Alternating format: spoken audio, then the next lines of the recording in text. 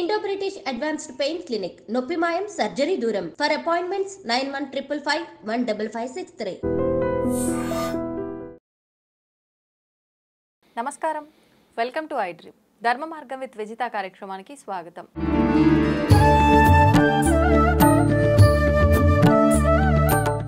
ప్రస్తుతం మనతో పాటు ఉన్నారు ప్రముఖ ఆధ్యాత్మికవేత్త జ్యోతిష పండితులు చింతా రుక్మాంగదరావు గారు. ఇప్పుడు వారితో మాట్లాడి మరిన్ని విషయాలు తెలుసుకుందాం. నమస్కారం అండి. మాతృదేవోభవ, పితృదేవోభవ, ఆచార్య దేవోభవ.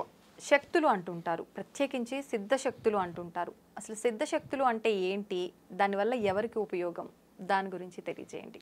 ఇక్కడ సిద్ధశక్తులు అంటే సిద్ధించడము, సిద్ధించడం అంటే ప్రాప్తించడము, ఏదైనా సరే అనుకున్నది జరగడము, చెప్పింది జరగడము, అంటే ప్రయత్నించిన పనులన్నీ కావడము, ఇవన్నీ సిద్ధశక్తులు అనొచ్చు. ఇవన్నీ సామాన్యుల విషయంలోనా లేదంటే ఎవరికైనా సరే ఋషులు వాళ్ళు మంత్రపూర్వకంగా కొన్ని సాధనల పూర్వకంగా సిద్ధశక్తులు సంపాదిస్తారు. సామాన్య మానవులు వాళ్ళ యొక్క విద్య, చదువుకున్న చదువు, కలిసి వచ్చిన అదృష్టము, ఉద్యోగము, వాళ్ళు అనుకున్నటువంటి కొన్ని టార్గెట్స్ అందుకోవడం వల్ల వాళ్ళు వాటిని సిద్ధింపు చేసుకుని అని చెప్పొచ్చు. కానీ ఇక్కడ సిద్ధశక్తులు మీరు అడిగిన టైటిల్లో ఒక విధమైనటువంటి ఋషుల గురించి ఈ ఆలోచనలు ఎవరికైనా వస్తాయి. మరి ఇవి పలు రకాలుగా ఉంటాయి. ఒకటి రెండు కాదు, కొన్ని వేల సిద్ధశక్తులు ఉన్నాయి, వేలకు వేలు ఉన్నాయి. అందులో ఇప్పుడు మనకు అర్థం కావడానికి ఒక సందర్భాన్ని చెప్పుకోవచ్చు. ఎలా అంటే యథార్థంగా జరిగినటువంటి సంఘటన ఇది. ఉత్తర భారతదేశంలో ఒక ఆశ్రమానికి అధిపతి, పీఠాధిపతి, ఆయనకు ఒక దేవతను ప్రత్యక్షం చేసుకోవాలి. ఆ దేవతను ప్రత్యక్షం చేసుకోవాలి అంటే ఒక దేవత ప్రత్యక్షం కావాల్సింది కదా. ఎలా ప్రత్యక్షం చేసుకోవాలో తెలుసు, కానీ ఆయన అనుకున్న సాధన ఒక 20 సంవత్సరాల వయసు ఉన్నటువంటి అబ్బాయి ద్వారానే చేసుకోవచ్చు. ఆయనకి 20 సంవత్సరాల వయసు ఉన్నప్పుడైతే చేసుకుంటాడు, అప్పుడు ఆయనకి తెలియదు, ఈయన వయసు పెద్దదైపోయింది. ఆ దేవత ప్రత్యక్షమైతే సిద్ధశక్తులు ఇస్తుంది. ఏం కావాలంటే ఈ ప్రపంచంలోకి గొప్ప కీర్తి ప్రతిష్టలు ఇస్తుంది. ఈయనకు ఆ వయసు లేదు, కానీ ఆ దేవత సులభంగా ప్రత్యక్షం చేసుకోవచ్చు. మరి ఎలా చేయాలి? ఈయనకి ఆ వయసు రాదు. మరి 20 సంవత్సరాల అబ్బాయి తనతో ఉండి సాధన చేపిస్తే సిద్ధింపు చేసుకోవచ్చు. ఇతను ఏం ఆలోచించాడు? ఒక 20 సంవత్సరాల ఒక యువకుడిని, క్రమశిక్షణ గల ఒక యువకుడిని తీసుకొచ్చి ఆ సిద్ధ సాధన నేర్పించి, ఇతనికి అమ్మవారు వచ్చి నీకేం కావాలంటే మా గురువుకు సమస్త సిద్ధులు ప్రసాదించిన ఆ అబ్బాయి ద్వారా మనం సిద్ధి పొందుదాము అని అతను ఒక ప్లాన్ వేసుకున్నాడు. సరే, అటువంటి కుర్రాడు కోసం అతను సర్చింగ్లో ఉన్నాడు. ఇది ఎవరికి చెప్పకుండా ఉన్నాడు. భక్తులు వస్తూ ఉంటారు, తెలిసిన శిష్యులు వస్తూ ఉంటారు, వాళ్ళ ఇండ్లలో ఎవరైనా మంచి అబ్బాయి ఉన్నాడని చూస్తూ ఉంటాడు. ఇక్కడ ఆ అబ్బాయి కూడా హాని లేదు, ఇందులో స్వార్థం ఏమి లేదు. దేవతను ప్రసన్నం చేసుకోవాలి, మరింత ఉన్నత స్థితికి వెళ్ళాలి. సరే, ఒకసారి కొన్ని పర్యటనకు వెళ్తే కొంతమంది వచ్చి తెలిసిన వాళ్ళు వాళ్ళ అబ్బాయిని తీసుకొచ్చారు. స్వామి, మా అబ్బాయి సరిగ్గా చదువుకోలేదు, వీడు ఏం ప్రయోజనం కాలేకపోతున్నాడు, మీ దగ్గర పెట్టుకున్న ఆశ్రమంలో మీరు అలా చూసుకుంటే వాడు మీ దగ్గర ఉంటే మాకు సంతోషము, పలానా స్వామీజీ దగ్గర సేవ చేసుకుంటూ ఉంటే అంతకుమించి మాకేం లేదు, వీడి మీద దారి చూపించలేకుండా ఉన్నాము, వీడికి ఎటువంటి అలవాట్లు లేవు, చదువుకోలేదు, చదువుకోకపోతే ఉద్యోగం రాదు. అప్పుడు ఈయనకి వెతుకుతున్నది కాళ్ళకు తగినట్టు ఈ అబ్బాయి కనిపించాడు. పరిశీలించి ఓకే, అమ్మవారి అనుగ్రహం మనకు ఉంది కాబట్టే ఈ అబ్బాయి మనకు దొరికాడని, ఆ అబ్బాయి నాతో పంపించేయండి అమ్మా, నేను చూసుకుంటాను, తదాస్తున్నాడు, తీసుకెళ్ళిపోయాడు. ఆ అబ్బాయి ఏం చెప్తే అది చేస్తున్నాడు. నీళ్ళు తీసుకురాడు, నీళ్ళు తీసుకొస్తున్నాడు, కాళ్ళు ఊత్తమంటే కాళ్ళు ఊతున్నాడు. గురువు గారి సేవకు వచ్చాము, అంతమించి వేరే పని లేదు అబ్బాయికి, ఆయన ఏం చెప్తే అది చేస్తాడు. ఇలా ఒక 6 నెలలు గడిచింది. గడిచిన తర్వాత ఇతని ఆ సాధనకు కావాల్సినంత వయసు, క్రమశిక్షణ అన్నీ ఉన్నాయి అబ్బాయికి. సరే, ఇతను హడావిడిగా ఒకరోజు గురువు గారు పిలిచి అబ్బాయిని, మనం ఈరోజు సాయంత్రం ఒక వేరే ముఖ్యమైన ప్రాంతానికి వెళ్తున్నాము, నువ్వు రెడీగా ఉండు, ఏర్పాట్లని కారు గీరు అంతా రెడీగా ఉందని అన్నాడు. ఓకే గురువు అన్నాడు. ఎక్కడికి ఏమని అడగలేదు, గురువు ఎక్కడికి వెళ్ళి అడగవెళ్తున్నాము. సరే, అబ్బాయిని తీసుకెళ్ళాడు. తీసుకెళ్తే ఒక అరణ్య ప్రాంతానికి వెళ్తుంది కారు. చిమ్మ చీకటి, అమావాస్య, అందరూ దిగారు. ఈ అబ్బాయికి భయం ఏం లేదు, గురువుగారు ఎక్కడెక్కడికి వస్తున్నారు, ఇక్కడ ఏదో జరగబోతుంది, ఆసక్తిగా అతను చూస్తున్నాడు. ఒక పెద్ద పర్వతము, అందరూ దివిటీలు పట్టుకుని ఎక్కుతున్నారు. వీళ్ళతో పాటు ఎక్కాడు, పైకి పోయాడు. అక్కడ ఒక గుహ, అక్కడ ఒక 18 సంవత్సరాల వయసు ఉన్నటువంటి ఒక అమ్మాయి శవం ఉంది, ఆ గుహలో ఉంది, డైరెక్ట్ డెడ్ బాడీ. సరే, చూశారు, అంతా ఈయన ఏర్పాటు చేశాడు, గురువుగారు ఏర్పాటు చేశాడు. ఆ శవం చాలా ఇంపార్టెంట్ పూజకు, ఈ సాధనకి. ఆ శవంలో ఆ శవ పూజ చేస్తే అమ్మవారు ప్రత్యక్షం అవుతుంది. అవి సిద్ధ సాధనలు అలా ఉంటాయి. క్షుద్ర సాధన అనుకుంటారు కానీ అలా కాదు, అది ఒక ప్రత్యేకమైన సాధన. సరే ఈ అబ్బాయిని పిలిచి నువ్వు ఆ అమ్మాయి కాళ్ళ వద్ద తల వద్ద ఒక దీపాలు పెట్టి నేను ఒక యంత్రం ఇస్తాను, ఆ ఎదురుగా కూర్చొని యంత్రం చేతిలో పెట్టుకొని ఒక మంత్రం చెప్తాను, 20 నిమిషాలు ఆ మంత్రం చెప్పు. ఆ అమ్మాయి లేసి మాట్లాడుతుంది, లేదు ఆ అమ్మాయి అలా ఆ శవం అలాగా ఉంటే కూడా అమ్మవారు ప్రత్యక్షమే నీకు వస్తుంది, వచ్చి నీకేం కావాలి నాయన అని అడుగుతుంది. అప్పుడు నువ్వు మా గురువు గారికి దివ్య శక్తులన్నీ ప్రసాదించు తల్లి అని కోరు, అంతే. ఇది నీ వర్క్. అయ్యో గురువుగారు నాకు భయం అండి, నేను ఇట్లా నేనాడు చేయగలను. అరే నీకేం భయం లేదు, నేను అక్కడే ఉంటాను, అక్కడ కూర్చో ఉంటాను, నీ వెనకనే ఉంటాను, నువ్వు ధైర్యంగా చెయ్యి, గురువుగా నువ్వు నన్ను నమ్ము అని మనం బతిమాలి మామాలి. సరే ఇంక గురువుగారి కోసం చేయాలా, చేయకపోతే ఇంకా కుదరదు, నాకు ఈరోజు తప్పితే మళ్ళీ అమావాస్య రాదు, ఇటువంటి బాడీ శవం దొరకదు, మళ్ళీ అవకాశం ఉండదురా బాబు అని గడ్డం పట్టుకుంటాడు. నీకు నేను ఇంకా ఎంతో చూస్తాను, మీ అమ్మ వాళ్ళకి డబ్బులు ఇస్తాను ఇన్ని అనుకుంటాడు. సరే ఈ అబ్బాయి ఏం చేస్తాడు, భయపడుతూ ఆ మంత్రం 20 నిమిషాలు చెప్తాడు కళ్ళు మూసుకొని. ఒక్కసారిగా ఆకాశము దద్దరిల్లి భూమి కంపించేంత శబ్దాలు, గంటలు, జయ జయ ధ్వానాలతో భయంకరమైన శబ్దము, విపరీతమైన అరుపులతో ఎవడు వాడు నన్ను ఎవడు రావాడు పిలిచింది, ఎంత ధైర్యం రావాడు కానీ ఒక శబ్దాలు వినిపిస్తాయి. అమ్మవారు వచ్చి ప్రత్యక్షం అయిపోతుంది హాహాకారాలు చేస్తూ. ఈ అబ్బాయి ఇంకా జనరేటర్ అనుకుంటే వణుకుతూ ఉంటాడు. ఎవరు నేను పలానా నా ఆధార్ కార్డు నెంబర్ చెప్పగలరా, అంత భయంకరమైన రూపాన్ని చూసి వనకడమే ఈ అబ్బాయి పని అయిపోతుంది. మా గురువు గారికి సిద్ధశక్తులు ఇవ్వు అని చెప్పి అంత టంగ్ రావడం లేదు, భయపడ్డమే. అమ్మవారిని చూసేసాడు, ఆమె వచ్చి నిల్చుకునేసింది. శ్మశాన కాళి అంటారు ఆమెని, శవాన్ని పెట్టుకుపోతే పూజ చేశారు, శ్మశాన కాళి వచ్చేసింది. ఇంకా ఆమె తిరిగి వెళ్ళేదనుకో, వచ్చిన పని కంప్లీట్ చేసుకోవాలి, వాళ్ళు తప్పరు, వచ్చిన పని చూసేసి వెళ్తారు. ఆమె మళ్ళీ ఆమె కొంచెంసేపు కూలయ్యేసి సాధారణ స్త్రీగా మారి, ఏనైనా పిలిచావు చెప్పు భయపడద్దు అంటే మళ్ళీ చెమటలు తుడుచుకొని నీకేం కావాలంటుంది. అతను ఏం చెప్తాడంటే, నాకు ఒకటి చేసి చాలంటాడు. ఏం చెప్పంటే ఇమ్మీడియట్ నన్ను మా ఇంట్లో మా ఊర్లో ఎత్తిపెట్టి అంటాడు. గురువు గారి సంగతి మర్చిపోయాడు. ఎందుకు ఈరోజు కూర్చొని పెట్టాడు, ఇంతో కూడా ఇంకో చోట కూర్చొని పెడతాడు, ఈ రామాయణం అంతా ఎందుకు, నన్ను మా ఇంట్లో పెట్టి అదొకటి చాలంటే ఆమె అలా అయితే వాళ్ళ ఇంట్లో పెట్టేస్తుంది, ఆమె వెళ్ళిపోతుంది. ఎంతకీ ఈ అబ్బాయి రాడు, వాళ్ళు దూరంగా ఉంటారు, దగ్గర వేరే వాళ్ళు ఉంటే సాధన జరగదు. చూసి వీడేమయ్యాడని వచ్చి చూసి ఈ అబ్బాయి ఉన్నాడు, అమ్మారు వచ్చిన లేదో తెలియదు, ఈ శవం ఇట్లాగానే ఉంది. వీళ్ళకి భయం పట్టుకుంటుంది, వీడేదో అయిపోయాడు అమ్మవారు తినేసిందేమో, వాళ్ళ తల్లిని మనమేం చెప్పాలి అని ఈయనకి బెంగ పట్టుకుంటుంది. సరే ఏదో చేస్తారు, తిరుక్కుని వచ్చేస్తారు. ఈయన ఇంక అప్పటి నుంచి ఆ ఊరికి వెళ్ళడం వాళ్ళని పలకరించడం ఆపేస్తాడు. ఎందుకంటే మా అబ్బాయి ఎక్కడంటే ఏం చెప్పాలి, అక్కడ ఉన్న విషయం నాకు తెలీదు. ఇలా ఒక 6 నెలల తర్వాత మళ్ళీ అనుకోకుండా ఈయన పోవాల్సి వస్తుందో లేదా వాళ్ళు రావాల్సి వస్తుందో జరుగుతుంది. వాళ్ళు తారసపడతారు. తారసపడితే ఈయన భయపడిపోతాడు. ఒకవేళ అబ్బాయి ఆడంటే వాడు పనిలో ఉండాలి, బిజీగా మీరు చెప్పండి అందం నేను అనుకుంటాడు. ఈయన ప్రిపేర్ అవుతాడు, చెప్పాలి కదా. వాళ్ళు ఏం స్వామి మా అబ్బాయిని ఇంటికి పంపించేసాను వాళ్ళు అడుగుతారు. మీ అబ్బాయి నేను ఎప్పుడు ఇంటికి పంపించంటే వాడు వచ్చి 6 నెలలు అవుతుంది, చక్కగా ఊళ్ళో వేరే పని చూసుకుంటున్నాడు వాడు. ఈయనకు ఒకసారి ఏం అర్థం కాదు, అంత చీకట్లో వానికి రూట్ కూడా తెలియదు, ఎట్టా వెళ్ళాడని. సరే వాడిని ఒకసారి పిలవండి, వానికి నేను ముఖ్యమైన పని ఉంటుంది మాట్లాడాలంటే పిలుస్తారు. నేను ఏం విషయం చెప్పరా, ఏమైందంటే అమ్మవారు వచ్చింది గురుగారు. అమ్మవారు వచ్చిందా, ఏం చేశావు, ఆమె నీకేం కావాలని అడిగింది. ఏం అడిగావు, నన్ను మా ఊర్లో మా ఇంట్లో పెట్టామని చెప్పాను, క్షణంలో మా ఇంట్లో నన్ను లబో దిబో నోరు కొట్టుకుంటాడు. ఎంత పని చేసేవారా బాబు, ఆమె అడిగింది కదా నోరు తెరిచి, మీ ఇంట్లో పెట్టిందా, అంత సులభంగానే నాకు దివ్య శక్తి ఇచ్చి ఉంటుంది. నిన్ను మీ ఇంట్లో పెట్టేంత సులభమేరా అమ్మవారికి, నేను ఎంత కష్టపడ్డాను, నాకు అదే వయసు ఉన్నటువంటి శవం దొరుకుతుందా, నీ వయసున్న అబ్బాయి మళ్ళీ నాకు దొరుకుతాడా, నువ్వేమో చక్కగా సెకండ్లో మీ ఇంట్లో కూర్చున్నావు, నా పరిస్థితి ఏం కాదు నిన్ను నమ్ముకున్న దానికి అంటాడు. సరే గురు నేను చేసేది ఏం లేదు, నాకు భయం అయిపోయింది, నేను మళ్ళీ నువ్వు ఇంకొక చోట ఇంకే అడుగు దొరికెళ్తావు, నాకేం ఎందుకు వచ్చింది, ఇంకా అమ్మవారు నీకేం కావాలని నేను ఇలాగ అడిగి మా ఊరికి వచ్చేసాను చాలు, అంతకుమించి నాకేమి కోరికలు లేవు. సరే ఆయన మనకు ఈ జన్మకు నెరవేరదేమని వెళ్ళిపోతాడు. తర్వాత ఈ అబ్బాయికి అమ్మవారు మళ్ళీ ప్రత్యక్షమవుతుంది. మళ్ళీ ఏ సాధన లేకుండానే,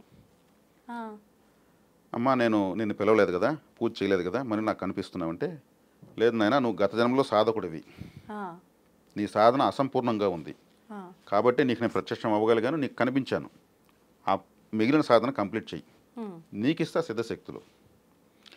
నేను ఎక్కడికి పోయేది, ఆ శవం నేనాడి తెచ్చేది, ఆ యంత్రం నేనాడి తెచ్చేది, అటువంటి కొండపైకి నేనాడి వెళ్ళేది, అవన్నీ నేను ఏర్పాటు చేస్తా. అమ్మవారే చెప్తుంది, నేనే ఏర్పాటు చేస్తా, నీ చేత కంప్లీట్ చేయాల్సిన బాధ్యత నాకుంది, నువ్వు 90% చేసేస్తావు. గత జన్మలో సాధన ఉన్నది 10%. హ్మ్. కాబట్టి నీకు నీ కష్టం వృధా కాకూడదని అవన్నీ ఆమె ఏర్పాటు చేస్తుంది. హ్మ్. ఆయన సాధించి మళ్ళీ ఆమె ప్రత్యక్షమై వికృత రూపంతో ఆహాకారాలు చేస్తూ సిద్ధశక్తులు ప్రసాదిస్తుంది. హ్మ్. ఆయన తర్వాత ఎంతోమందికి ఉపయోగపడ్డాడు హ్మ్. మంచిగా. అమ్మవారు ఇచ్చిన వరాన్ని దుర్వినియోగం చేయకుండా. అంటే సిద్ధశక్తులు ఎలా వస్తాయంటే ఎంతో కష్టతరమైనటువంటి క్రమశిక్షణతో కూడుకున్నటువంటి నియమ నిబంధనలతో కూడుకున్నటువంటి సాధనలు ఇలా ఉంటాయి. హ్మ్. సిద్ధశక్తులు ఎలా వస్తాయనే దానికి సాధనా వివరం ఇలా ఉంటుందని చెప్పడానికి హ్మ్. ఈ కథ వివరించడం జరిగింది. ఓకే. అంత సులభంగా రావు. ఇప్పుడు చాలామంది ఈ మంత్రం చదవండి 108 సార్లు జపించండి, మీరు కోరిందల్లా జరిగిపోతుంది, మీరు పట్టిందల్లా బంగారు అంటుంటారు. హ్మ్. మంత్రాలను అక్షర లక్షలు చెప్తే మంత్రం పనిచేస్తుంది. నమశివాయ అంటే 5 అక్షరాలు, 5 లక్షలు చెప్పాలి. అప్పుడు ఆ మంత్రం పనిచేయడం ప్రారంభిస్తుంది. ఓ. శివుడు ప్రత్యక్షం కాడు అప్పుడు కూడా, మంత్రం మాత్రం పనిచేస్తుంది. ఆ. ఒక మంత్రము ఓం నమో నారాయణాయ అంటే ద్వాదశాక్షర మంత్రం అంటే 12 లక్షలు చెప్తే ఆ మంత్రం సిద్ధిస్తుంది. హ్మ్. 108 సార్లు చెప్తే 12 లక్షలు ఎప్పుడు చెప్పాలి? అవును. కాబట్టి అక్షర లక్షలు చేసేట్టుకుంటే ఆ మంత్రం సాధన చేయాలి ఓకే. నియమ నిబంధనలతో క్రమశిక్షణతో. హ్మ్. కాబట్టి మంత్రాలు అనేవి, మంత్రాలకు చింతకాయలు రాలుతాయని కూడా అంటూ ఉంటారు. రాలుతాయి, ఖచ్చితంగా రాలుతాయి. హ్మ్. ఎలా రాలుతాయి?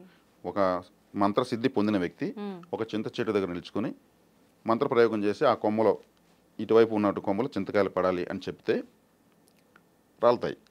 ఎలా రాలుతాయంటే ప్రకృతిలో మార్పులు జరిగి ఒక కోతి అక్కడొచ్చి ఆ కొమ్మనే ఊపిస్తుంది. హ్మ్. చిన్నపిల్లలు దారిని పోతూ ఆ కొమ్మకే రాళ్ళేస్తారు, ఆ కాయలకే వేస్తారు, కింద పడతాయి. గాలి విపరీతంగా తోలి ఆ కొమ్మలో కాయలు మాత్రమే చెట్టంతవుగా ఆ కొమ్మలో కాయలే కింద పడతాయి. ఇలా ప్రకృతిలో మార్పులు చెందుతాయి మంత్రశక్తి వల్ల. ఓకే. ఇలా చెప్పగానే అలా టపటప రాలవు. హ్మ్. ప్రతి ఒక్కరూ తెలిసిన వాళ్ళు తెలియని వాళ్ళు మంత్రాలకు చింతకాయలు రాలుతాయా, మంత్రాలు చింతకాయలు ఏ కాయలైనా రాలుతాయి, మనుషులు రాలిపోతారు కాబట్టి చింతకాయలాగా. కానీ మంత్రశక్తి సాధన ద్వారా సాధించినప్పుడే జరుగుతుంది. అలాంటి సాధకులు చింతకాయల కోసం మంత్రాలు ఉపయోగించరు.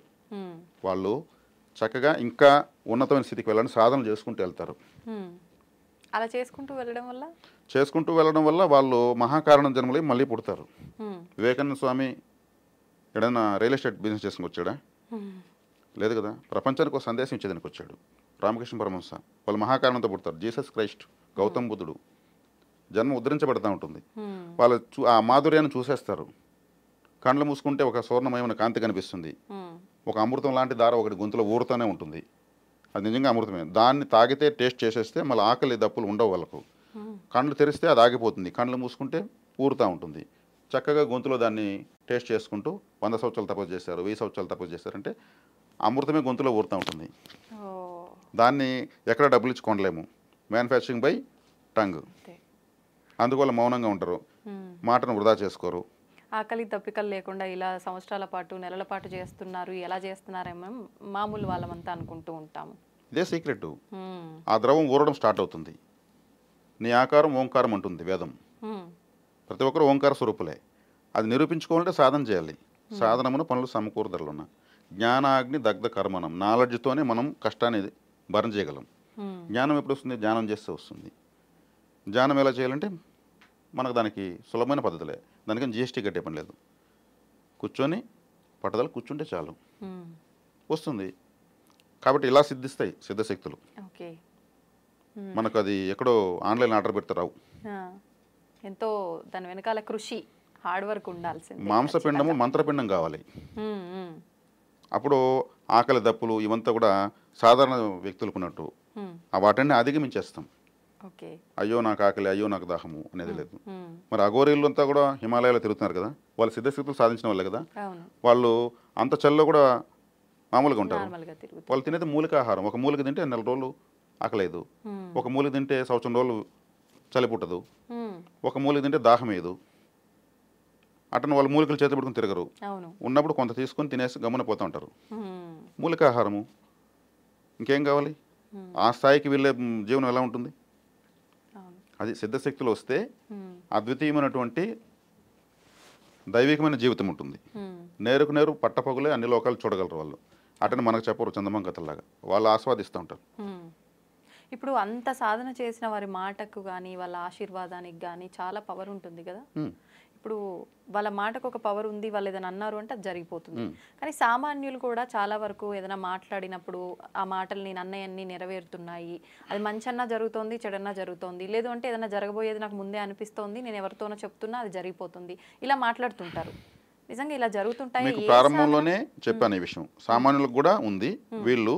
వీళ్ళ యొక్క సాధనతో అంటే సక్రమంగా ఆలోచనతో కుటుంబాశ్రమ ధర్మాల్లో ఇప్పుడున్నటువంటి ఈ జీవనంలో మనకున్న ధర్మాలను ఖచ్చితంగా గౌరవించి ఆచరించడం వల్ల ఇప్పుడు జరుగుతున్న పరిస్థితులను గెస్ట్ చేయగలవచ్చు. నాకు ముందే తెలుస్తూ ఉంది, నేను సిక్స్ సెన్స్ నేను చెప్పగలను.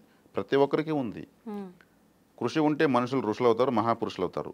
ఆ కృషి చేయని వాళ్ళు తమ శక్తిని ఇంకా అది పేరుకుపోతుంది, దానిపైన కర్మ పెరిగిపోతుంది. కాబట్టి ఆ పవర్ ఎవరికైతే ఉంటుంది, ఏ స్థాయిలో ఉంటే ఆ స్థాయిలో వాళ్ళకి అన్ని అబ్జర్వ్ అవుతూనే ఉంటాయి. కాబట్టి ఇది ఎవరు ఇక్కడ సామాన్యులని ఏం లేదు, ఎవరిని వాళ్ళు సామాన్యులు చేసుకుని ఇస్తున్నారు. ప్రతి ఒక్కరు గొప్పవాళ్ళే, ప్రతి ఒక్కరు బ్రెయిన్ ఉంది. దీన్ని సానబట్టుకోవడమే, పదును పెట్టుకోవడమే చేయాల్సిన పని.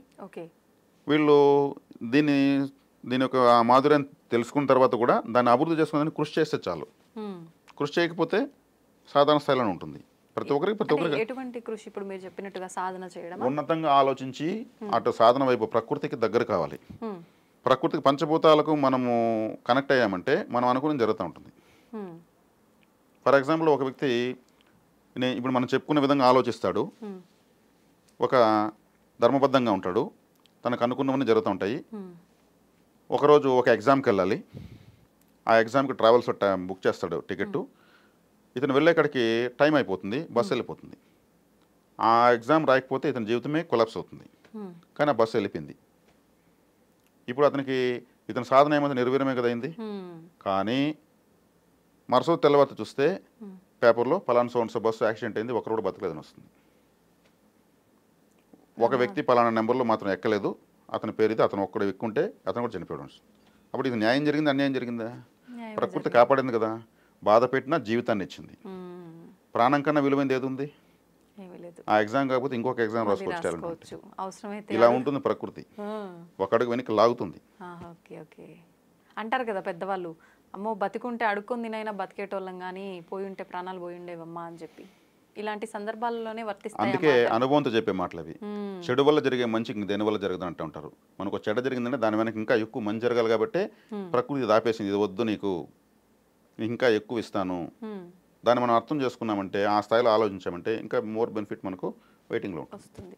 ఇప్పుడు మాటకి ఇంత పవర్ ఉంది, మన ఆలోచన విధానానికి కూడా ఇంత పవర్ ఉంది, దాన్ని మనం ఉపయోగించే స్థాయిలో ఉపయోగించట్లేదు. మాటకి ఇంత పవర్ ఉన్నప్పుడు చాలామంది మాటికి ప్రతి మాటకి ముందు వెనకాల ఒట్టు, అమ్మ మీద ఒట్టు, నాన్న మీద ఒట్టు, దేవుడి మీద ఒట్టు, ప్రతి ఒక్కసారి ఒట్టు అని అంటుంటారు.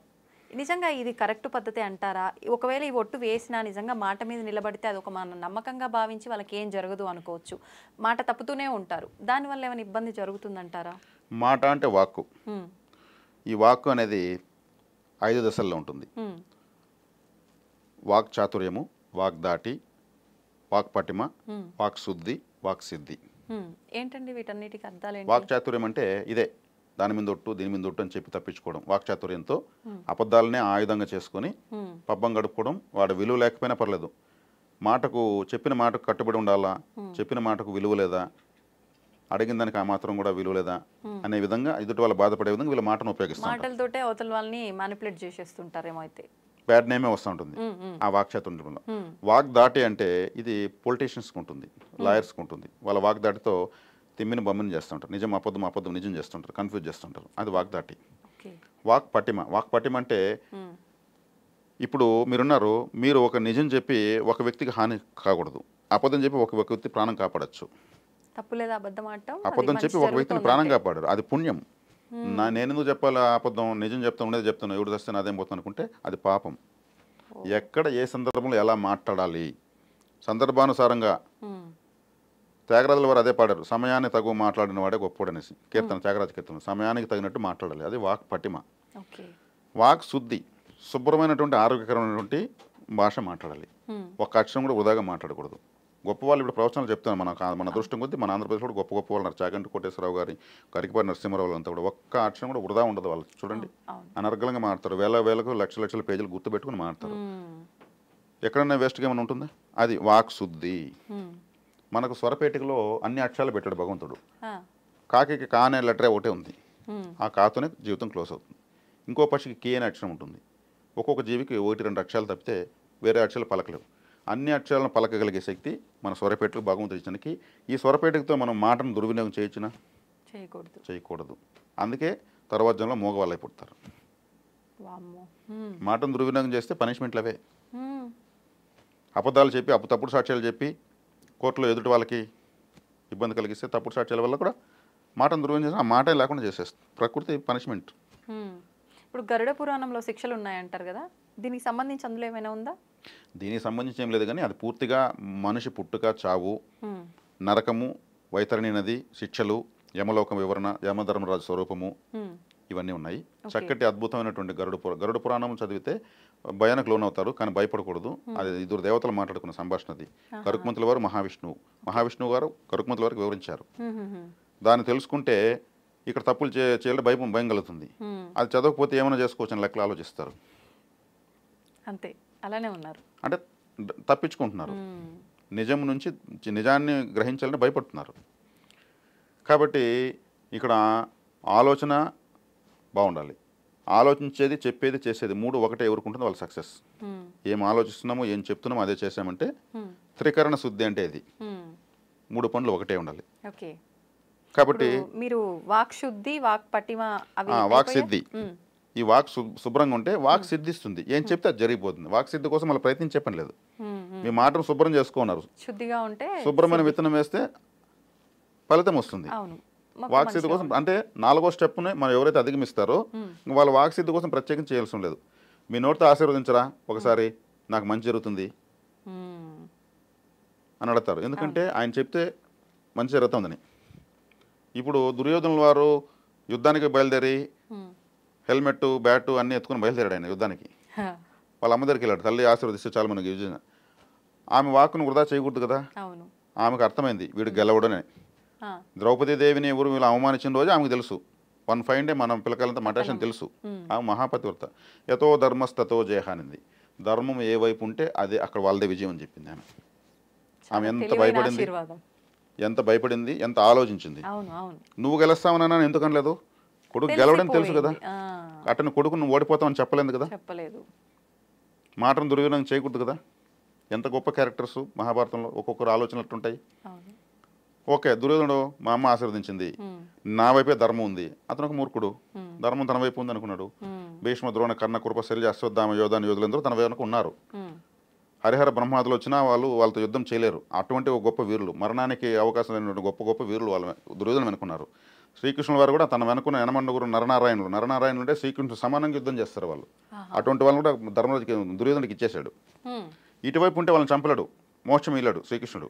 అటువైపు పెడితే, వైరు వర్గంలో పెడితే వాళ్ళకి మోక్షం ఇవ్వాలి, యుద్ధం రూపంలో వీర స్వర్గం ఇవ్వచ్చు. అది దుర్యోధను యొక్క ధైర్యం. కాబట్టి శ్రీకృష్ణుల వారు కూడా తెలివిగా ఇక్కడ అందరికీ కలియుగంలో గొప్ప వాళ్ళు ఉండకూడదు, కలియుగంలో ఆ ధర్మాలకు ఇటువంటి వాళ్ళు బలి కాకూడదు అనేసి అందరికీ మోక్షం ఇవ్వాలనేసి ఆయన తెలివిగా వ్యవహరించాడు. కాబట్టి ఇక్కడ గాంధారీదేవి ఆమె యొక్క మాటను వృధా చేసుకునేందుకు సాహసించలేదు. కొడుకు చనిపోతాడని తెలిసినా కానీ ధర్మమే మాట్లాడింది. ఇప్పుడు మాటకు అంత శక్తి ఉంటుంది. దాన్ని కాపాడుకుంటే అది ఒక అద్భుతమైనటువంటి కరెన్సీ అని చెప్పొచ్చు, స్పిరిచువల్ కరెన్సీ. కాబట్టి మనం మాటను ఎంత శుభ్రంగా వాడతామో, మన మాట వల్ల ఎంతమందిని సంతోష పెడతామో, ఎంతమంది ధైర్యాన్ని ఇస్తామో, స్థైర్యాన్ని ఇస్తామో, దారి చూపిస్తామో మనకంత పుణ్యం వస్తుంది. యూనివర్సు అది మనకు బహుమతులు ఇచ్చేస్తుంది. తీసుకో, నీకు ఇది ఇస్తున్నాను అడక్కనే ఇస్తుంది. ఇది దుర్వినియోగం చేసే కొద్దికి ఇక్కడ సామాన్య మానవుడు గుర్తించరు మనల్ని. వాడు చెప్పేదంతా అబద్ధాలే, నోటికి ఏదొస్తే అది వాగేస్తుంటాడు. మరి అటువంటి జీవితం ఎలా ఉంటుంది? చాలా దుర్భరంగా ఉంటుంది. ఒక కష్టం ఆ వ్యక్తికి వస్తే వాడు చెప్పిన తప్పులకే వాడికి పరిస్థితి వచ్చింది. ఏ రోజు వాడు నిజం చెప్పలేదు, వాడు అబద్ధాల వల్ల ఎంతోమంది నాశనం అయిపోయారు. పాతకాలం సినిమా ఒకటి, అందులో విలన్ తరపున అతని అసిస్టెంట్ వచ్చి కోర్టులో సాక్ష్యం చెప్తాడు. సాక్ష్యం చెప్పాలి మాటే కదా. భగవద్గీత పైన ప్రమాణం చేసి అంతా నిజమే చెబుతాను అనేది అక్కడ ఫస్ట్ చెప్పాలి.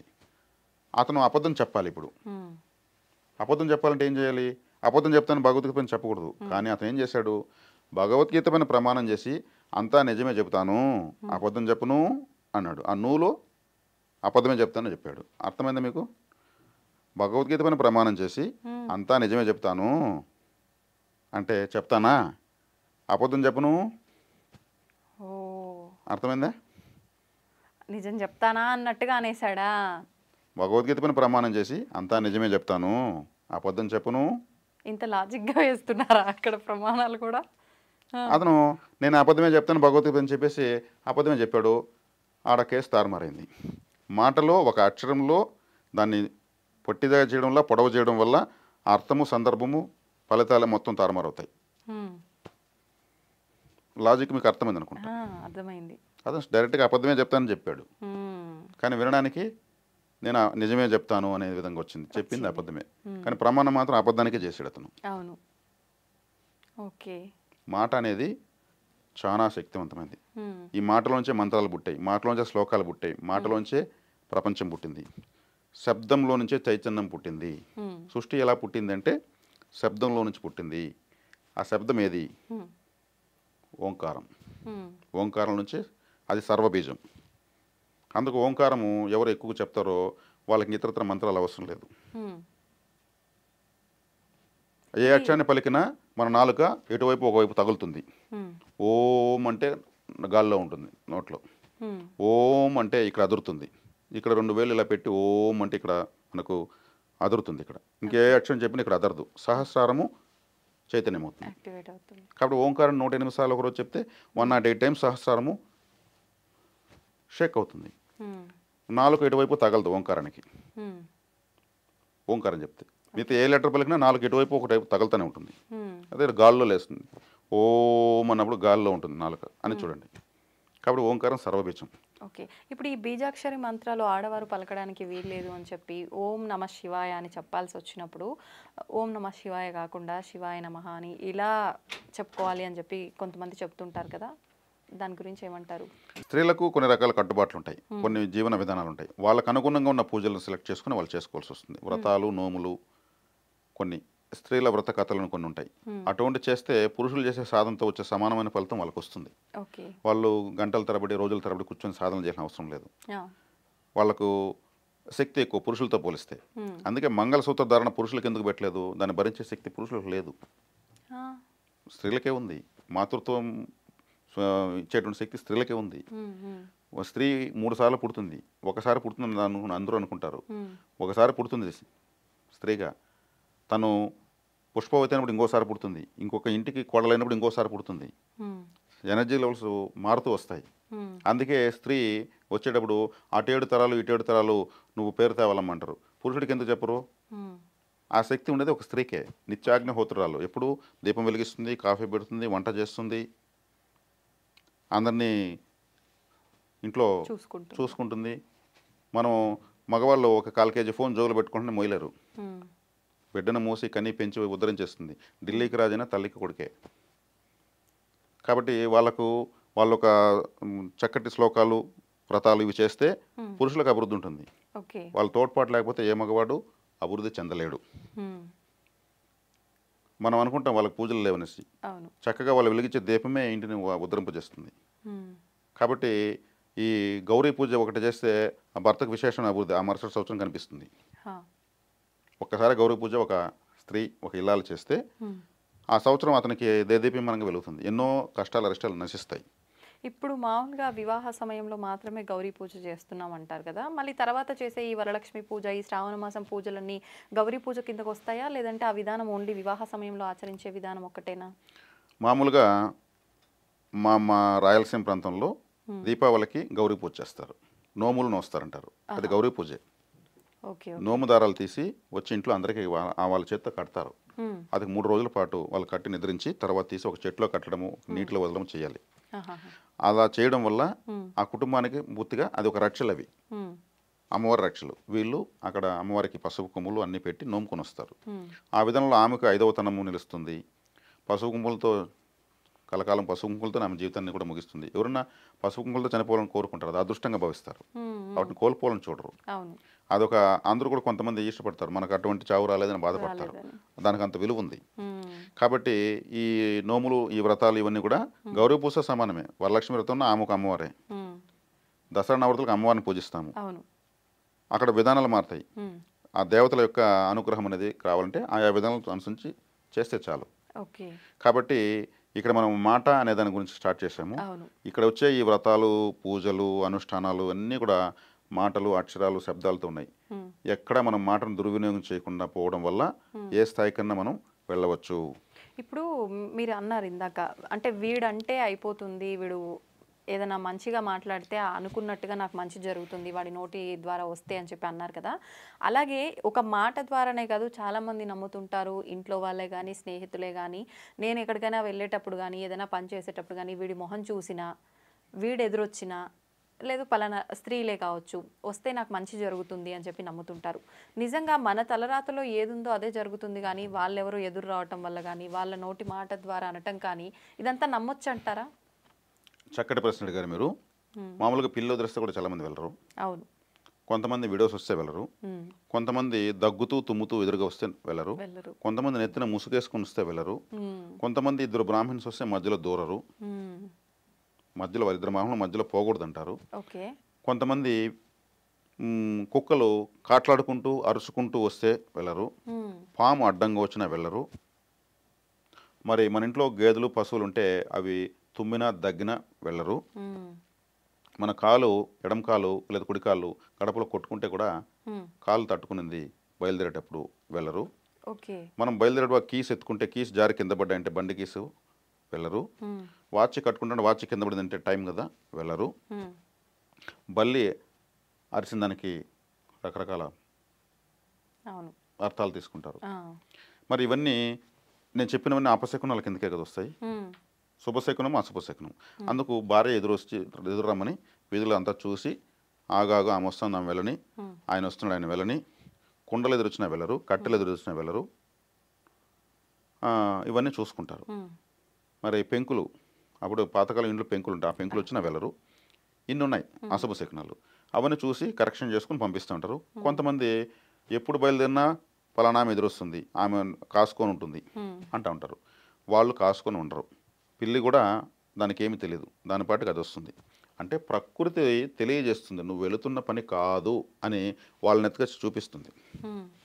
వాళ్ళు మనకు మంచిగా చేశారు, నీ శ్రమ వృధా చేసుకోవద్దు, ఈ పని కాదు అని వాళ్ళు మంచిగా చెప్పారు మనకు. అంత ఇన్ఫర్మేషన్ ఎవరు ఇస్తారు? పైసా ఖర్చు లేకుండా బయలుదేరక బాబు అని చెప్పారు. వాళ్ళు మనం ఎందుకు తిట్టుకోవాలి? అంటే వాళ్ళు ఎదురు రావడం వల్లే నాకేదో హాని జరిగింది అని నేను భావిస్తున్నా కాబట్టి తిడతాను. వెళ్ళబోయే పని కాదని వాళ్ళు సూచిక చేశారు, సిగ్నల్ ఇచ్చారు. అది ప్రకృతి ద్వారా జరుగుతుంది. వాళ్ళ పనిగా వాళ్ళు వచ్చారు అంతే. నీ పని చెడగొట్టడానికి ఎవరు పుట్టలేదు. అది చాలా పవర్ఫుల్ ఇన్సిడెంట్. అది పిల్లి దానికి ఎంత అదృష్టకరమైన జీవితం. అయ్యా బాబు నువ్వు వెళ్ళొద్దు, హ్యాపీగా ఇంట్లో ఉండు అని చెప్తుంది. అంతేగాని నేను నీ పని చెడగొడుతున్నాను దానికోసం రాదు. అది ఏది కూడా ప్రకృతిలోంచి శకునం, ఒక శకునం అంటే ఒక శబ్దం ద్వారా తెలియజేస్తుంది, ఒక దృశ్యం ద్వారా తెలియజేస్తుంది. ఓకే మనం వెళ్ళకూడదు. నేను చెప్పాను కదా, బస్సు మిస్ అయితే మరుసటి తెల్లవారు తెలుస్తుంది అది మిస్ కావడమే మన అదృష్టం అని. ఈ శకునాలన్నీ మనకు ముందుగానే తెలియజేసినాయి. దేవుడు ఫోన్ చేస్తాడా? లేకపోతే లేదు కదా. కాబట్టి మనం వాటిని అభినందించాలి, థ్యాంక్స్ చెప్పాలి. అట్లా అట్లా తిరిగి మళ్ళీ ఇంటికి వచ్చి నీళ్ళు తాగేసి కొద్దిగా చక్కెర నోట్లో వేసుకొని మళ్ళీ బయలుదేరుతారు. అయినా పని కాదు. నేను ఫస్ట్ బయలుదేరినప్పుడు అయిపోయింది పని, అది ఇంటికాడనే అయిపోయింది, అయినా బయలుదేరడం కాలేదు అని మళ్ళీ వస్తారు. దానికి మించి అధిగమించిపోతే ప్రకృతిని అధిగమించలేం కదా మనం. కాబట్టి ఇక్కడ వాళ్ళని మనం దూషించాల్సిన అవసరం, అభినందించవచ్చు. వాళ్ళు పదే పదే వస్తున్నారంటే మన పనులు చావడానికి చాలా ఆటంకాలని అర్థం. పలానా వాళ్ళు మాట మాటికి వస్తున్నారంటే వాళ్ళ పనిగా వాళ్ళు వస్తారు. మన పనులు చెడగొట్టడానికి ఎవరు లేరు, తెలియజేయడానికే ప్రకృతి ఉంది. అది వ్యక్తుల రూపంలో, కొన్ని రకాల జీవుల రూపంలో, కొన్ని రకాల శబ్దాల రూపంలో తెలియజేస్తుంది. అదే కొంతమంది బయలుదేరి వెళ్తూ ఉంటే బండి అరటి పండ్లు లేదంటే ఆపిల్ పండ్లు బండి తోసుకొని అమ్ముతూ ఉంటారు కదా, వాళ్ళు ఎదురొచ్చారంటే అద్భుతమైన శుభశకునం. ఏదైనా సరే ఏ పండ్ల బండి, పండ్లు తట్టెత్తుకుని కూడా కూరగాయలు పండ్లు ఇవి ఎత్తుకొచ్చారంటే వాళ్ళు అరుచుకుంటూ వస్తూ ఉంటారు. ఆహార పదార్థాలు అద్భుతమైన శకునం. అదేవిధంగా చిన్నపిల్లలు ఆడుకుంటూ సంతోషంగా ఎదురొచ్చారంటే అది అద్భుతం శకునం. మనం పోతూ ఉంటే కుక్క మన ముందు ఇలా పరిగెత్తిందంటే రా నీకు ఇబ్బంది లేదు వెళ్ళు అనేది సిగ్నల్ ఇచ్చినట్టే. కుక్క తోక ఆడించుకుంటూ మనం పోతుంటే అది మనకు వీడ్కోలు చెప్పినట్టు, పోయిరా నీ పని అవుతుందని, సంతోషంగా రావాలి. కుక్క విశ్వాసమైన జీవి, నెగటివిటీ లేనటువంటి జీవి. అది ఎక్కడ పడుకోవాలంటే వాసన చూస్తుంది, ఎక్కడ నెగటివ్ ఉండదో అక్కడ వాసన చూసి రౌండ్గా తిరిగి మళ్ళీ పడుకుంటుంది. అంటే నెగటివ్ అది 80% 1% కూడా దగ్గర చేర్చదు. నెగటివ్ లేని చోటనే పడుకుంటుంది. అది యూరిన్ పోయినా కానీ వాసన చూస్తుంది, ఎక్కడ నెగటివ్ అక్కడ యూరిన్ పాస్ చేస్తుంది. అంత గొప్ప జీవి అది, అదొక పెద్ద సైంటిస్ట్ అది. అందుకే పోలీస్ శాఖ కూడా అద్భుతమైన సేవ చేస్తుంది అది. అదే కుక్క నోటికి ఏదైనా ఒక పేలుకో లేదంటే ఒక చెప్పు ఒక ఎముకో ఎత్తుకొని ఎదురుకొస్తే కూడా ఇంకా అద్భుతంగా జరిగిపోతుంది పని. కుక్క ఏదైనా నోట ఖర్చుకొని వచ్చిందంటే చాలు, అది మనం పోతుంటే రైట్ సైడ్ పోతే చాలు. శుభశకునాలు అంటారు వీటిని. ఇప్పుడు మన తల్లో మన చెల్లెలో సోదరో అవ్వో విడోస్ ఎవరైనా ఉండొచ్చు, మన వాళ్ళ విడో అనేటువంటి తత్వం పనిచేయదు. వాళ్ళు మన క్షేమం కోరేవాళ్ళు, కుటుంబ సభ్యులు అయితే మాత్రం వాళ్ళు ఎదురు రావచ్చు. అమ్మమ్మ ఉంటుంది, అమ్మకు అమ్మ, మాతృత్వానికి మనకు మాతృత్వం ఇచ్చినటువంటి మాతృమూర్తి. ఆమె పరిపూర్ణంగా నా మనవడు పోయి విజయవంతం కావాలంటే సంతోషం పొంగిపోతే ఎదురు వస్తుంది. అదే గొప్ప విషయము. ఆమె విడోతనం ఎక్కడ పనిచేస్తుంది? అందులో వాళ్ళు చిన్న పిల్లలతో సమానంగా ఉంటారు ఆ వయసులో. అంతా అందరూ బాగుండాలని కోరుకుంటారు. కూతురు అల్లుడు కొడుకు కోడలు అందరూ బాగుండాలని కోరుకునేటువంటి స్థాయిలో ఉంటారు వాళ్ళు. కాబట్టి అక్కడ వాళ్ళు ఆ విధవతనం అనేది పనే చేయదు, వాళ్ళ ఆశీర్వాదమే పనిచేస్తుంది.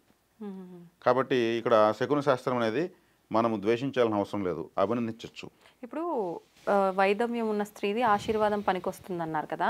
ఆశీర్వాదం అనేసరికి చాలా సందర్భాల్లో ఇప్పుడు ఏదైనా ఫంక్షన్కి వెళ్ళారు, ఇంట్లో వాళ్ళ మనవళ్ళది ఫంక్షన్ అయింది అనుకోండి, అక్షతలు వేసే దగ్గరకు వచ్చేసరికి వాళ్ళు కాళ్ళపైన నమస్కారం చేసి ఆశీర్వాదం తీసుకుందామని వచ్చినా వీళ్ళు వద్దు అని చెప్పి పక్కకు జరిగిపోవడము, అక్షతలు వేయకుండా ఉండడం, ఇలాంటివి చేస్తూ ఉంటారు. నిజంగా మన కుటుంబ సభ్యులు, మన అమ్మ మన అమ్మమ్మ మన మంచే కోరుకుంటారు మీరు చెప్పినట్టుగా, వాళ్ళ అక్షతలు వేసినంత మాత్రాన ఏదో అశుభం జరిగిపోతుందంటారా? జరగదు. వాళ్ళ ఆశీర్వాదం ఖచ్చితంగా తీసుకోవాలి. అలా అడ్డుకుంటున్న వాళ్ళను వాళ్ళు దాన్ని ఏమంటారు, తన గర్వం అంటారు. అది ప్రదర్శించకూడదు. వాళ్ళు పెద్దవాళ్ళు అంతే, ఒకటే మాట అయిపోయింది. వాళ్ళు కోరుకున్నంత శుభం ఎవరు కోరుకోరు. వాళ్ళు తక్కినవన్నీ దిగదుడిపే. వాళ్ళ ఆశీర్వాదం స్ట్రైట్గా రావాల్సిందే. నువ్వు వేయకూడదు, నువ్వు కొంచెం దూరంగా ఉండు అని అంటున్నారంటే వాళ్ళ తన గర్వాన్ని ప్రదర్శిస్తుందని అర్థం. వాళ్ళని హట్ చేయకూడదు. హట్ చేసినటువంటి వాళ్ళు హట్ అయ్యారంటే అది సూక్ష్మ రూపంలో వీళ్ళని దెబ్బ కొడుతుంది. మళ్ళీ ఇలా అన్నందుకే ఈ దెబ్బ తగిలిందని వాళ్ళకి తెలియదు, గుర్తించారు. నాకేంటికి ఇలా జరిగింది, నేను ఏ తప్పు చేయలేదు, నాకేందుకు జరిగిందంటారు. ఈ తప్పులు చాలా తప్పులు ఇవి. వాళ్ళ విలువ ఎప్పటికీ తగ్గదు. వాళ్ళు మనవాళ్ళు, మన మంచి కోసం వాళ్ళు ఆ స్థితిలో ఉన్న వాళ్ళ దగ్గర ఆశీర్వాదం తీసుకుంటే 100 రెట్లు ఇంకా ఎక్కువ ఆశీర్వాదం శక్తి వస్తుంది. ఆశీర్వదించేటప్పుడు కండ్లలోంచి ఒక రేస్ వస్తుంది, అప్పుడు మాత్రమే వస్తుంది. అది వాళ్ళు వంగినప్పుడు ఈ సహస్రారం పైన పడితే ఆ రేసు ఇక్కడ పడినప్పుడు సహస్రారం శుభ్రమవుతుంది. అందుకు ఆశీర్వాదం పాదాలపైన పడాలనేది. తల్లిదండ్రుల ఎవరు తల్లిదండ్రుల్లో ఉంటారో వాళ్ళ పిల్లలపైకే వస్తుంది ఆ రేసు. వాళ్ళకు కూడా తెలియదు ఆ విషయం. చల్లగా ఉండనన్నా, చక్కగా ఉండనన్నా, 100 ఏళ్ల పాటు కలకాలం బతుకునే మాటలు అప్పుడే వస్తాయి. అప్పుడు మాత్రం ఆ కళ్ళలో ఆ రేసు వస్తుంది. కన్నీళ్ళు కూడా 3 రకాలుగా వస్తాయి. ఇక్కడి నుంచి వస్తాయి, మిడిల్ నుంచి వస్తాయి, ఇక్కడి నుంచి వస్తాయి. ఆనంద బాష్పాలు, జ్ఞాన బాష్పాలు, విషాద బాష్పాలు. విషాద బాష్పాలు ఇక్కడంతా మండిపోతుంది. విషాద బాష్పాలు వచ్చేదా అది ఉప్పగా ఉంటాయి, మండిపోతాయి చెంపలంతా కూడా, అంత కెమికల్ వస్తుంది. జ్ఞాన బాష్పాలు ఇక్కడి నుంచి వస్తాయి. ఆనంద బాష్పాలు ఇక్కడ చల్లగా ఉంటాయి. ఆనంద బాష్పాలు మన ఐస్ కూల్ వాటర్ లాగా ఉంటాయి. అవి గొప్పవి. కాబట్టి అంత శక్తి వస్తుంది కళ్ళలోంచి. దాన్ని మనం కోల్పోయినట్టే వాళ్ళ దగ్గర తీసుకోకపోతే. దాన్ని అడ్డుకున్న వాళ్ళు మానవ జన్మకు అనర్హమే. ఆ గొప్పతనాన్ని అడ్డుకునే శక్తి, ఆ అధికారం వాళ్ళకి ఎవరు ఇచ్చారు? కాబట్టి ఇలాగా మనము ప్రతి సందర్భంలోనూ జీవితాంతము మనం ఎన్ని లక్షల సార్లు కోట్ల సార్లు మాట్లాడతాము, ఎన్ని విషయాల గురించి మాట్లాడతాము, ఎక్కడ కానీ మాట తడబడకుండా మన మాట ద్వారా ఇతరులకు హాని కలగకుండా దాన్ని కాపాడుకుంటూ వస్తే మనము ఎంతటి స్థాయికైనా వెళ్ళొచ్చు. మనము మాట ద్వారానే దేవుని పిలిచినా, ఎవరిని పిలిచినా దేవుని మాట ద్వారానే పిలుస్తాం. కాబట్టి దీన్ని దుర్వినియోగం చేయడం చాలా తప్పు. మనకు ఆ అదృష్టాన్ని ఇచ్చినటువంటి దేవుడికి మనం అంతకుమించి భగవంతుని ఏం కొడతాం? ఇన్ని ఇచ్చిన తర్వాత మళ్ళీ భగవంతుడు ఇది లేదని భగవంతుడి మీద బరికొట్టుకుంటూ ఉంటాం. ఆయన చూడలేదని గుడ్డివాన్ని చేస్తాం, వినలేదని చెవిటివాన్ని చేస్తాం, స్పందించలేదని వికలాంగుని చేస్తాం. కానీ జన్మను ఇచ్చినందుకు, ఇంత సౌకర్యాలు ఇచ్చినందుకు దానికి మనం ఎన్ని నమస్కారాలు చేసినా అంత తక్కువే. కాబట్టి ఇప్పుడు దైవనింద కూడా చేయకూడదు కదా, దేవుడు పట్టించుకోలేదంటే తప్పు కదా, ఆ మాట కూడా రాకూడదు కదా. మనకు అన్నీ ఇచ్చి వాటిని ఉపయోగించుకోమన్నాడు. అలా ఆర్డర్లో ఉపయోగించుకోవాలి. డిసార్డర్లో పోతే ఏమవుతుంది? మనం ఇప్పుడు కంఫర్ట్ జోన్ ఇలా ఉంటుంది. కంఫర్ట్ జోన్ అంటే ఒకవేళ మారిస్తే అన్కంఫర్ట్. మనం కంఫర్ట్గా ఉండాలనుకుంటాం, కంఫర్ట్గా ఉండి మనం అన్కంఫర్ట్లోకి వెళ్ళిపోతాం. కాబట్టి భగవంతుని ఎప్పుడు దైవ నింద చేయకూడదు, పరనింద చేయకూడదు. ఇప్పుడు మాట టాపికే వచ్చింది కాబట్టి ఒక డౌట్, నేను ఎంత నిజాయితీగా ఉన్నా, నేను మాట్లాడే పద్ధతి అంతా కరెక్టే అంటే అది చాలామంది మాట్లాడతారు, నువ్వు మాట్లాడేది కరెక్ట్, నీ వరకు కరెక్ట్ కావచ్చు, పక్కనోడి విషయానికి వస్తే అది తప్పు కావచ్చు అంటారు. కానీ అది ఎక్కడ తప్పు అనిపించదు, ఎదుటి వాళ్ళకి మాత్రం అది ఎంతసేపు తప్పుగానే అనిపిస్తుంటుంది. ఇది నిజంగా ఈ సందర్భాల్లో ఎలా మనం ముందుకెళ్ళొచ్చు అంటారు? అదే వాక్ పటిమ అన్నారు, సమయానికి తగినట్టు మాట్లాడాలి. అందుకే ఇక్కడ సమాజాన్ని దృష్టిలో పెట్టుకుని ఇక్కడ ఎంతవరకు మాట్లాడాలి, ఏం మాట్లాడాలి, ఏది ఆపుకోవాలి, ఏది చెప్పాలి. ఒకవేళ ఇప్పుడు ఈ సందర్భంలో నేను మాట్లాడేది రైట్ అయినా వాళ్ళకి రాంగ్గా కనిపిస్తుంది కాబట్టి వాళ్ళకు నేను దానికి వ్యతిరేకంగా మాట్లాడితేనే కరెక్ట్ పోకడలో వెళ్తుంది అన్నప్పుడు నేను ఇక్కడ నా వేలో నేను మాట్లాడాలా, వాళ్ళకు ఎలా చెప్తే కరెక్టో అదే వేలో మాట్లాడాలి, ఏది ధర్మం అంటారు? సమాజానికి అనుగుణంగా మనం అడుగులు వేయడమే కరెక్టు. అంతర్లీనంగా మనం కరెక్టే, మన కరెక్ట్ అనేటువంటిది కరెక్ట్గా ఉన్నామని తెలియజేసే సమాజానికి జీర్ణించుకోలేనప్పుడు వాళ్ళకి తగినట్టు మాట్లాడి మనం ఎక్కడ మాట్లాడితే మన మాటకు సందర్భానికి విలువ వస్తుందో అక్కడ మాట్లాడితే చాలు. అదే నేను చెప్పింది మీకు, వాక్ పటిమ. ఎక్కడ ఎలా మాట్లాడాలి, సమయానికి తగినట్టు మాట్లాడడమే నిజమైన జ్ఞాని యొక్క లక్ష్యం. లేదంటే మనము అన్ని చోట్ల ఒకే విధంగా మాడితే ఇలాంటి పరిస్థితులు ఎదురవుతాయి. నీకే తెలిసినట్టు మాట్లాడుతున్నావు ఎన్నో చెప్తారు. కాబట్టి ఇలా సమాజము మనం అనుకున్న విధంగా లేదు. దానికి తగినట్టు పోగలిగితే మనం ఆ నాలెడ్జ్ సంపాదించుకుంటే చాలు. సంతోషం అండి, చాలా మంచి విషయాలు తెలియజేశారు. నిజంగా నాకు కొన్ని టిప్స్ ఇచ్చినట్టుగా అయింది మీ మాటల ద్వారా. నిజంగా మాట్లాడాలంటే జాగ్రత్తగా మాట్లాడాలా, ఇలా ఉండాలా అనే ఒక అవగాహన వచ్చింది. చూద్దాం నేను కూడా ఎంతవరకు ఆచరణలో పెడతాను ఈ విధానాన్ని. ధన్యవాదాలండి. ధన్యవాదాలు. మాతృదేవోభవ, పితృదేవోభవ, ఆచార్య దేవోభవ.